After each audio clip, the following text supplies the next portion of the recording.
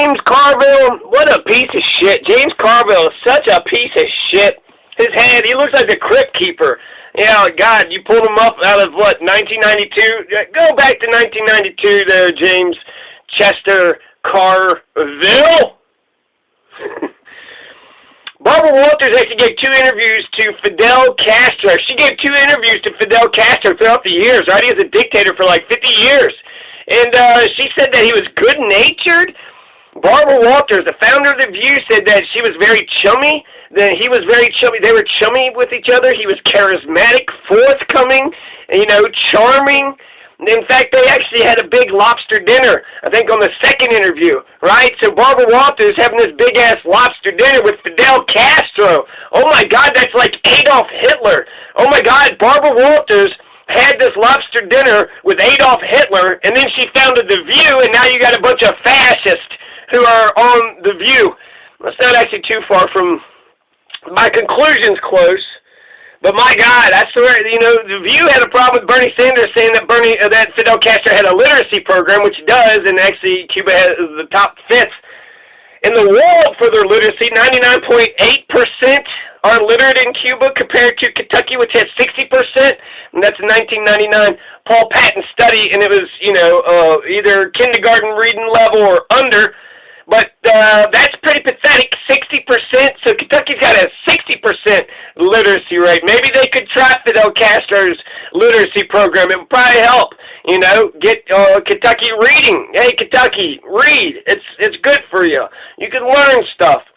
So James Carville looks like a, you know, Crypt Keeper. Barbara Walters, she's, you know, saying that Fidel Castro, this Hitler guy, is charismatic, forthcoming, charming, good-natured. They're chummy, having lobster dinners with one another. Oh, my God. Wait till Whoopi Goldberg and Joy Behar and those other 2 nobodies and that Meghan McCain. So, really, who the hell is that other one? Why is she just a pretty face to kind of sort of say something here and there? So, yeah, man, wait till Whoopi gets a hold of this. God, watch out, Barbara Walters. Whoopi's going to give it to you good. She's going to say, you're basically, you know, Donald Trump. You're sitting there saying there's good people on both sides. Well, she actually condemned him. Well, so did Bernie. Well, who cares about the fucking truth, right? The View, you need to, you know, just kind of complain about this and that. And, you know, Bernie's a man, so fuck him, right? Fuck that man.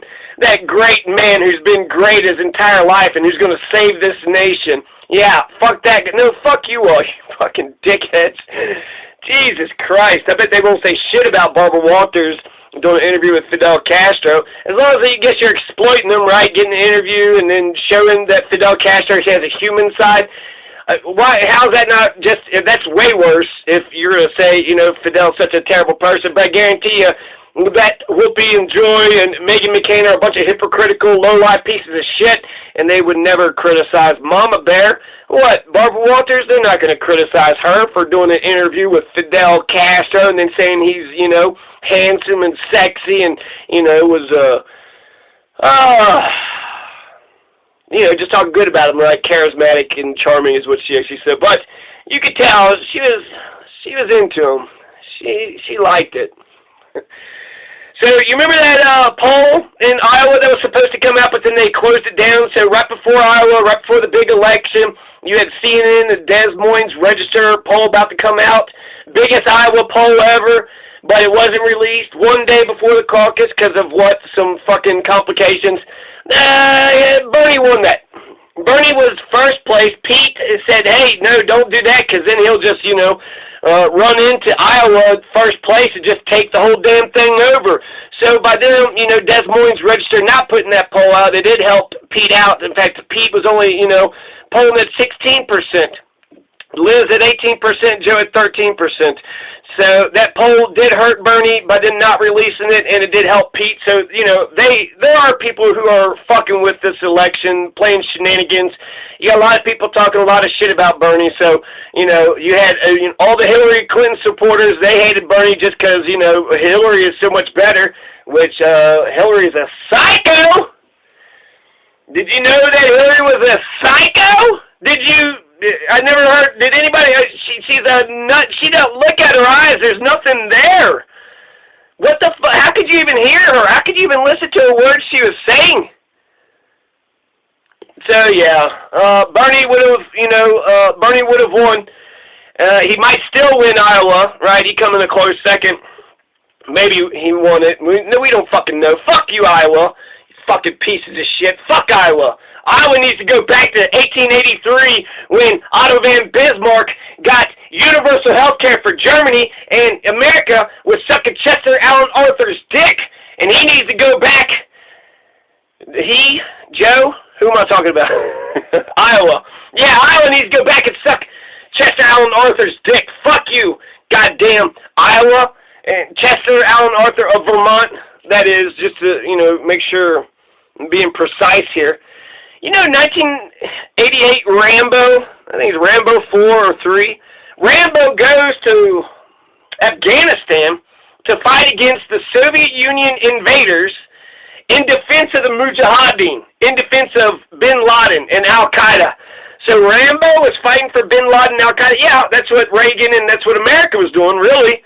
But I wonder which side Rambo would be on today. Does he still defend Bin Laden and the Al-Qaeda in Afghanistan from the imperialist invaders, or not? And why not? Bernie Sanders is winning this election, 45 delegates out of 100 so far. So Bernie has 45%. Pete's got 25, Joe 15, Liz 8, and Amy 7. So Bernie is just beating the next guy by 20 delegates. He won by 27 points in Nevada. Bernie just, run, motherfucker, run. Run, motherfucker, run. It ain't over till it's over. Until I see him swearing his oath of office, Chief Justice Roberts, making him swear his oath of office, Inauguration Day in January, then it's not over till the fat lady sings. So I'm optimistic and, feeling good about just life in general. Jesus Christ, America, you're welcome. We're going to get you Bernie Sanders, and Bernie Sanders is actually going to make America great for the first time. Dick Van Dyke, Public Enemy, have both endorsed Bernie Sanders, right? So fight the power. Fight the power, Dick Van Dyke. Chim chimney, chim chimney, chim chim chiroo. And Sarah Silverman, surprisingly. So Sarah Silverman's in there. Oh, Sarah Silverman. Remember when she was like, you Bernie bros are being ridiculous. That was a watershed moment. That was a major sea change. That was basically like, hey, we played fairly. We didn't play fairly, but we cheated. And we got this, loser neoliberal in there, and, just shut the fuck up. Y'all sound stupid right now. So Sarah Silverman, called everybody who supported Bernie Sanders past, Hillary when it seemed inevitable for Hillary to win. So she was right there at that, that moment, like Chris Matthews apologizing to Bernie. That's a watershed moment. It was Sarah Silverman getting back in line. Get back in line, Sarah. Get back in line. God, so it's good that she came back, right? She supported Bernie, and then, you're being ridiculous. Bernie supporters, you're being ridiculous. God. Ugh. So today's February 27th, 2020, just a couple days after the South Carolina debate, 4 days or so after the Nevada caucuses where Bernie just cleaned house. And he won New Hampshire, so he definitely won 2 in a row, maybe 3 in a row, and now we're headed into South Carolina primary this Saturday and then Super Tuesday this Tuesday. So that's 3 days after, so just 5 days from now you got Super Tuesday. So Bernie is kicking ass, taking names, 45 delegates so far.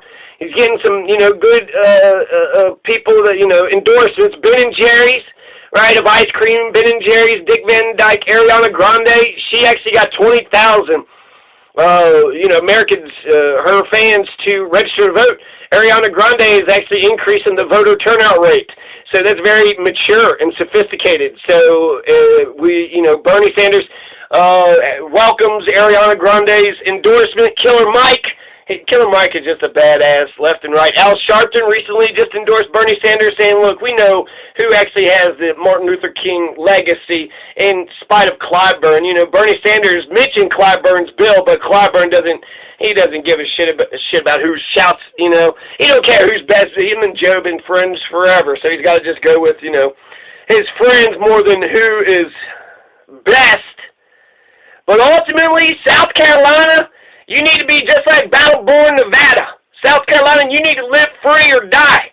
Just like Vermont, South Carolina, you need to go just like Battleborn, Nevada, just like Live Free or Die Vermont, and you got to vote for Bernie Sanders in overwhelming margins. You got to storm the polling place. At the very least, fucking vote.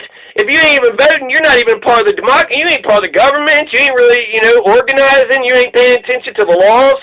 You ain't doing shit. You're just a taker, right? You get on welfare, and then the people that got in there and got you welfare, they're going to get kicked out because you didn't decide to vote, and then you're going to lose your shit, and you'll be like, well, fuck. Maybe I should have paid attention. You better turn on politics before politics turns on you. It's Ralph Nader. Bernie is less of a socialist than the Republican Dwight D. Eisenhower. Dwight D. Eisenhower had a 92% marginal tax rate. That makes Bernie a very sober, conservative, and moderating voice. That makes Bernie a centrist. He's the moderate in this race. He's actually in the whole spectrum of human history between liberal and conservative. He's to the right. He's a right-of-center candidate. Oh, he's the radical. That's why, none of these neoliberals are figuring this shit out. Bernie Sanders is speaking truth like he's been speaking truth his whole life.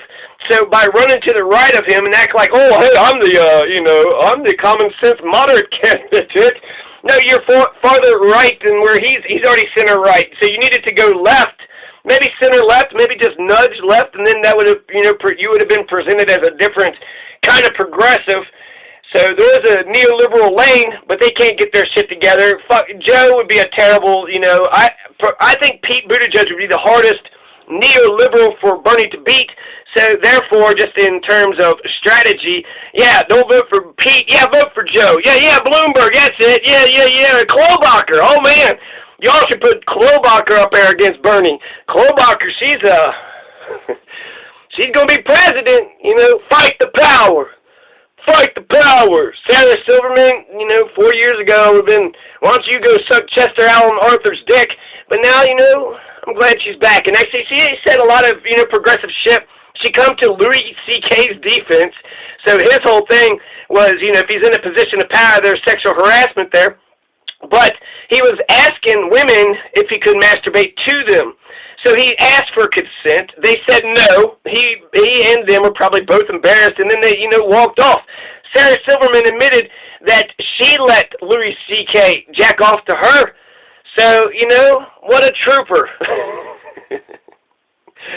I feel like I'm coming back around to you, Sarah. I did not like you for many years, but, you're still out there. You're still doing it. Still funny. Still, beautiful. So, all right. Since you're back home, welcome back home, Sarah Silverman. So, South Carolina, vote for Bernie Sanders, you stupid motherfucker.